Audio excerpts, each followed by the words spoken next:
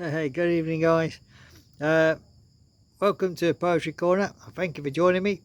Now we're going to Topsy Tickle Town now. This is the last visit to Topsy Tickle Town for November. So here's the last day, and this is part 2 of a marshmallow mystery unwrapped. So let's get into this, guys, and see what's cracking in Topsy Tickle. The entire population of Topsy Tickle Town gathered around the ginormous marshmallow balloon, which wobbled delicately like a polite jelly trying not to be too dramatic. So Stubblepants placed a steady hand on it, and it immediately stuck to him. "Oh bother," he sighed, dangling from the side like a decorative brooch. Princess Gigglepants gently peeled him off. "There we go. No sticking to royal knights today." Captain Wobbleboots circled the balloon, boots wobbling wildly. "The sign says, 'Do not jiggle,'" he muttered. "But what if it jiggles itself?" "That," answered Professor Fumblepots, "is precisely what concerns me." The marshmallow squeaked softly. It wiggled. It wobbled. It wobbled a bit more. It wobbled a bit too much, in fact. Madame Tillytock gasped. "Oh dear, it's about to jiggle." The crowd braced themselves, and then, thwomp! The marshmallow balloon split neatly down the centre like a giant, sugary clamshell. Inside, seated upon a tiny velvet cushion, was, well, an hamster. But not just any old hamster. He wore a miniature green waistcoat, tiny spectacles perched on his nose, and held a clipboard filled with official-looking squiggles. He stood, cleared his throat, and addressed the crowd with the confidence of someone who ran a very important office. "Good day," he squeaked brightly. "I am Humphrey Nibbleton, certified marshmallow courier and inspector of festivals." The townsfolk stared. Stubblepants whispered, "We are being audited by a hamster." "What?" Humphrey gave a proud nod. "Indeed, according to Section 7, subsection Wibble of the Festival of Fluff and Fun Handbook, every town selected by Destiny Spud must undergo an official pre-festival nonsense inspection." The princess curtsied. "What kind of inspection?" Humphrey flipped a page on his clipboard. "Oh, only the essential checks," he said cheerfully. "Wobble quality, giggle density, silliness consistency, and of course, potato-based leadership stability." The Spud hummed approvingly. Humphrey pulled out a small tuning fork and tapped it. The fork let off a perfect round wong. He held it to the captain's boots. He held it to Captain Wobbleboot's boots.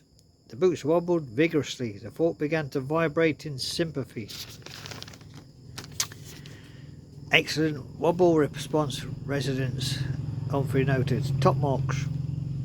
Next he approached the princess with a tiny measuring spoon.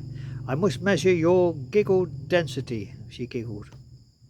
The spoon filled instantly with sparkling giggle dust. "Oh, delightful," said Humphrey. "Very dense, bordering on effervescent."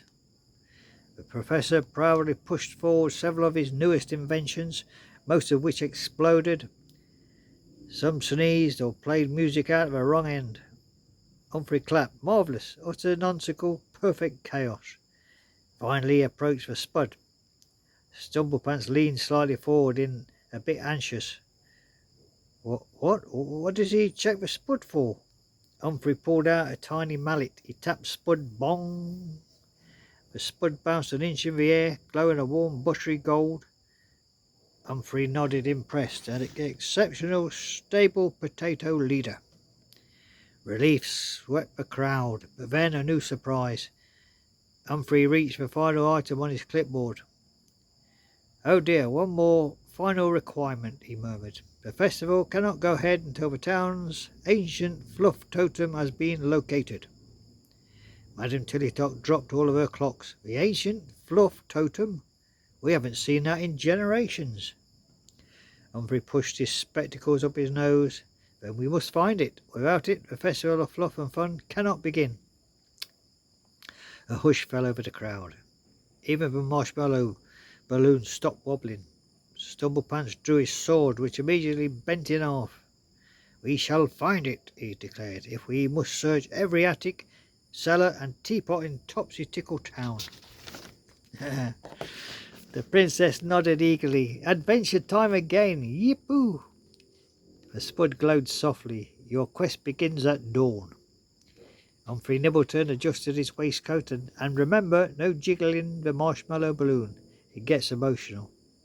The townsfolk gathered, torches, maps, snacks prepared for their next great and extremely fluffy and silly adventure.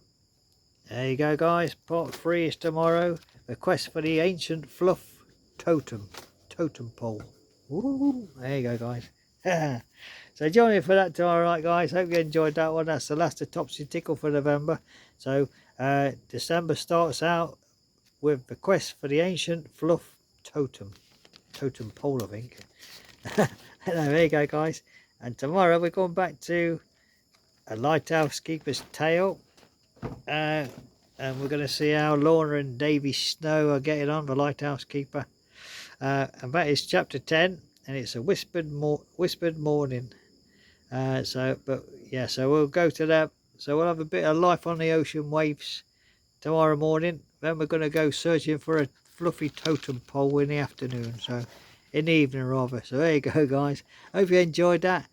Take care now. God bless you all, and thank you for listening to the last of Topsy Tickle Town for November. So we surge into December looking for totem poles. Yeah, can you believe it? There you go, guys. Take care, then. Thank you for watching, and God bless us, and stay safe. Bye bye now.